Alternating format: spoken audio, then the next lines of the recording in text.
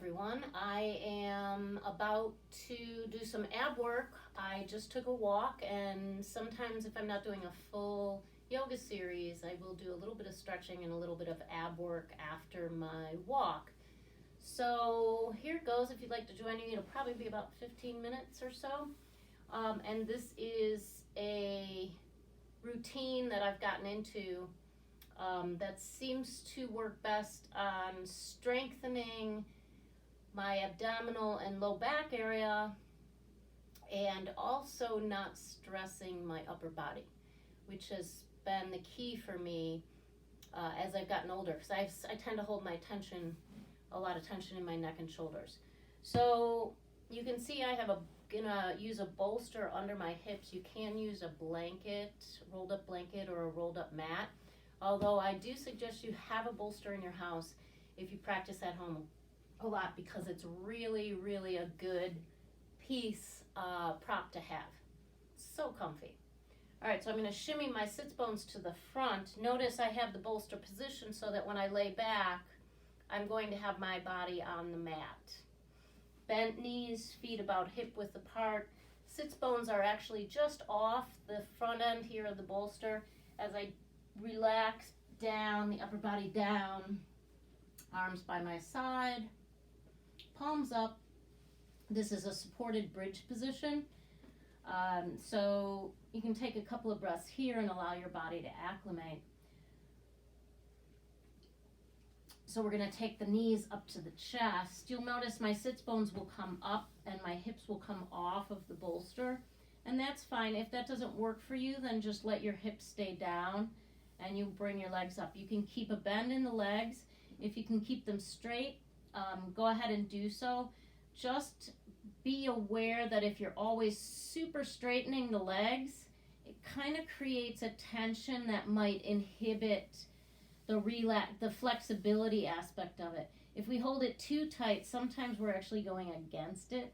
So I kind of like to bend my knees and let the legs come up where they're comfortable, feet towards the top of the mat.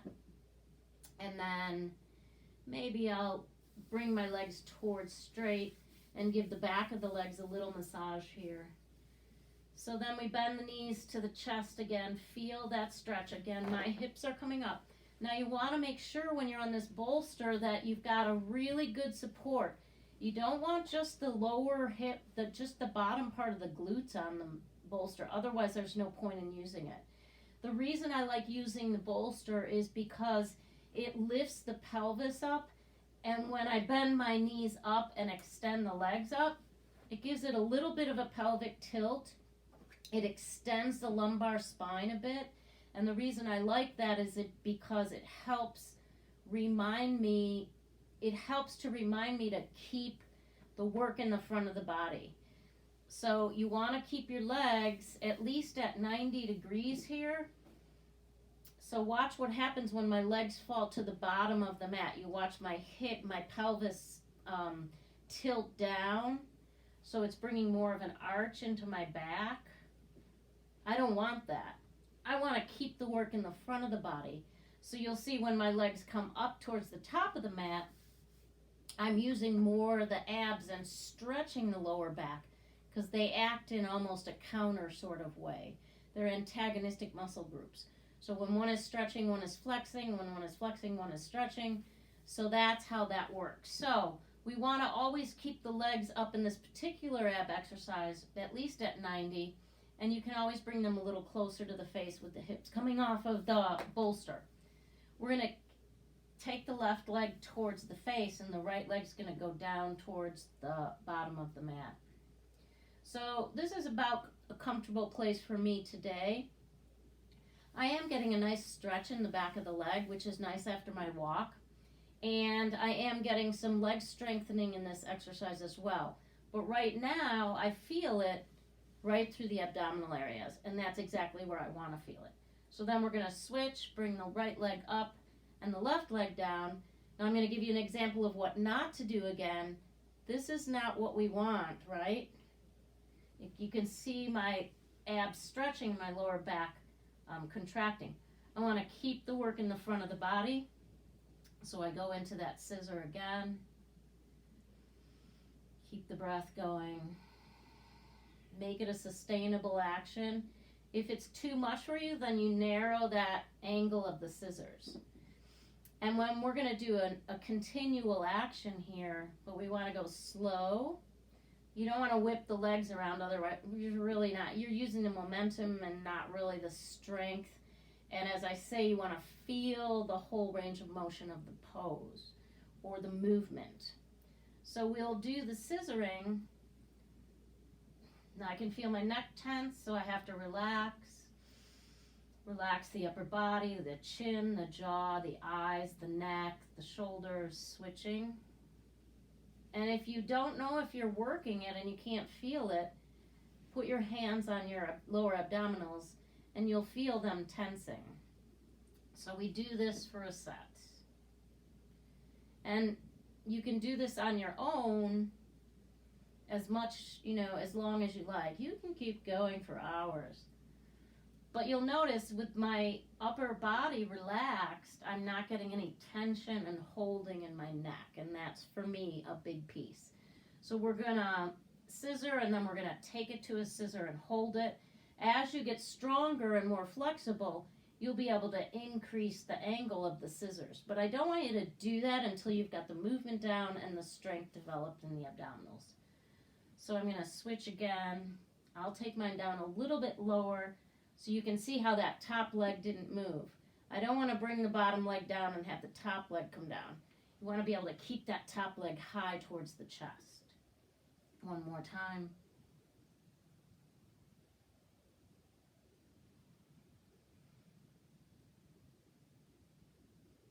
And then the knees come into the chest and the feet come down and we take a breath.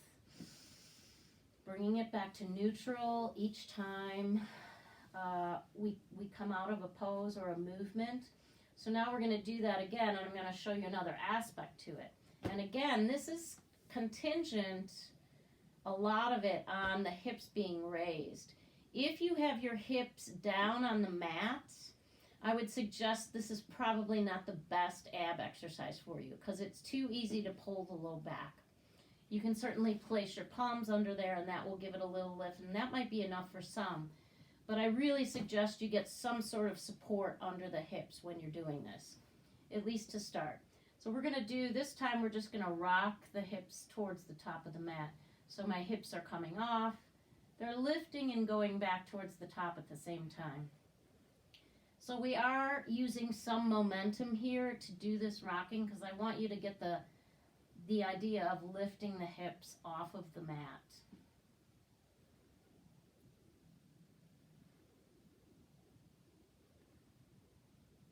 And then we're going to keep that lift going.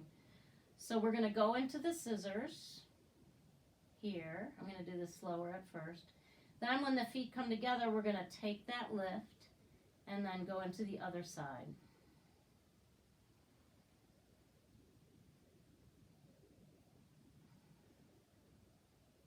Relaxing the neck and the shoulders. So bring it into the scissor, come up, lift.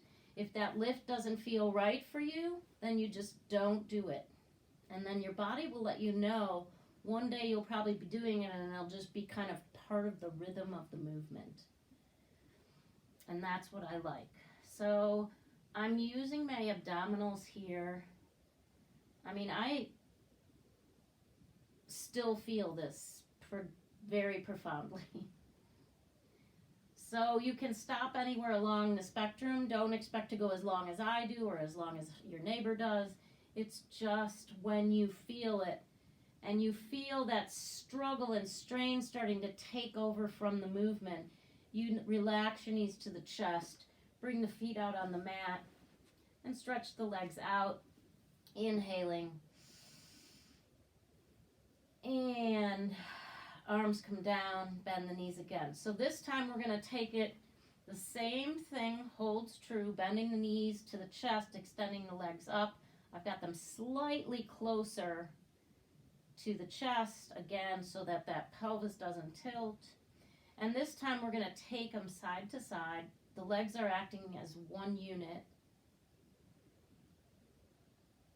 Notice my shoulders are square.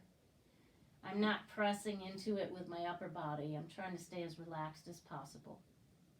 Now as I go to the left, my right hip comes off. I'm going to balance on that left hip for a breath. Come through center. Take it to the other side. Now you might have to bend your knees a little at first, and that's fine. Eventually maybe the legs will straighten. But you don't want a lot of deviation like with my feet there. You want to keep those hips as one unit, which is why that one hip has to come off as you go to the opposite side. You're holding it, coming through center. Let's take it out to the side and hold it again. This time 2 breaths. And you can feel that right side as you go to the left. Both sides working during the whole piece here, through center to the other side. Now if you're taking it so far that you're struggling up here, that's a little too far. So in our society, it's like we have to go to the very edge, and no, not in my yoga classes. I'd rather have you in that zone of understanding the movement, working the body, but not struggling. There's enough struggle in life. Coming back to center. Let's go one more time to either side, holding it. You can feel both sides of the waist, that waist area, the muscles engaging.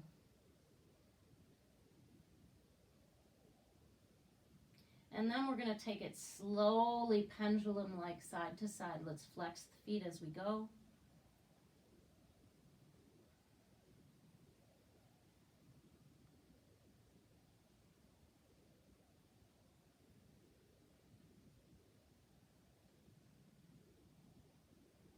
And if it's too much for you, you just bend the knees to the chest. We'll go one more time to each side. And then the knees come back to center, hugging behind the knees, letting the feet come towards the top of the mat if it feels good, lifting those hips off of the ground, or off of the bolster, and then getting a nice stretch in the back of the legs. So this time we're going to take the legs up. I'm going to adjust on the bolster just a little bit. And we're going to open the legs into a small straddle. And then we're going to take the entire leg and rotate it to the left. So you can see my leg is turning. So I'm rotating both legs to the left from the hip socket. And then when we do that from the hip, the knee and foot automatically go with. And then through center to the other side. So we're rotating to the right. This time coming through center, we're going to rotate to the left. Take that left leg towards the ground and extend that right leg down towards the mat, but we're still rotating both legs to the left. So one's an internal rotation, one's an external rotation. Holding on to it, and then coming back up, centering as far as rotation goes, rotating to the right, right leg comes up, left leg drops.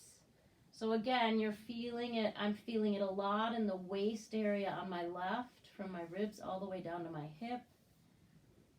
Coming back through center, rotating left, dropping the left leg towards the earth, close to where my hand is actually, and the right leg is dropping to about 45 degrees. So now we're going to take it a little bit faster, tiny bit faster. Again, the momentum is not the thing here, right? It's more of a rhythm through center, rotate left, drop, coming back up, centering to the right, coming onto the right hip. Shoulders are still square. You're not working the neck or jaw, which is a huge challenge for me. Coming back up to the right. We'll go one more. Rotate and then drop. Rotate and drop. Coming back to center, knees come to the chest, feet go down on the mat. Let's take the soles of the feet together. and go into a reclined Baddha Konasana or a goddess pose. Taking the arms overhead, breathing in deeply,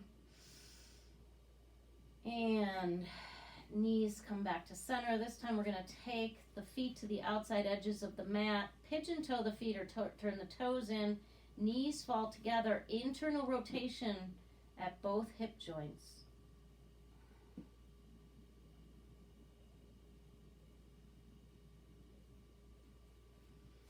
Centering the feet, bending the left knee towards the ceiling, foot on the mat, right leg in, right knee towards the shoulder, pulling it towards the shoulder, interlace grip on top of the shin, taking the right foot in some range of motion. So we've got a modified wind removing. Normally that foot is down, but we're on the bolster, so I'm going to have you bend that knee. Bending the right knee up. The right sole of the foot up, knee towards the right shoulder, right hand on the stirruped right foot. You can always use a strap or a belt if you need to, and take the bent right knee open to the right, keeping that left hip down. You can straighten the leg if you have the flexibility. Keeping the breath going, bending back towards center, bending the knee down, and right leg down. Left knee up, interlace grip on top of the shin, pull it in towards the shoulder, roll that foot in both directions. Taking the flexed sole of the foot to the ceiling, bent knee towards the shoulder, pulling that knee towards the shoulder, releasing the right arm down, left hand holds the outside edge of the foot, bent left leg opens to the left. Stay there, or if you'd like to straighten it, you can do that. Breathing into any resistant areas.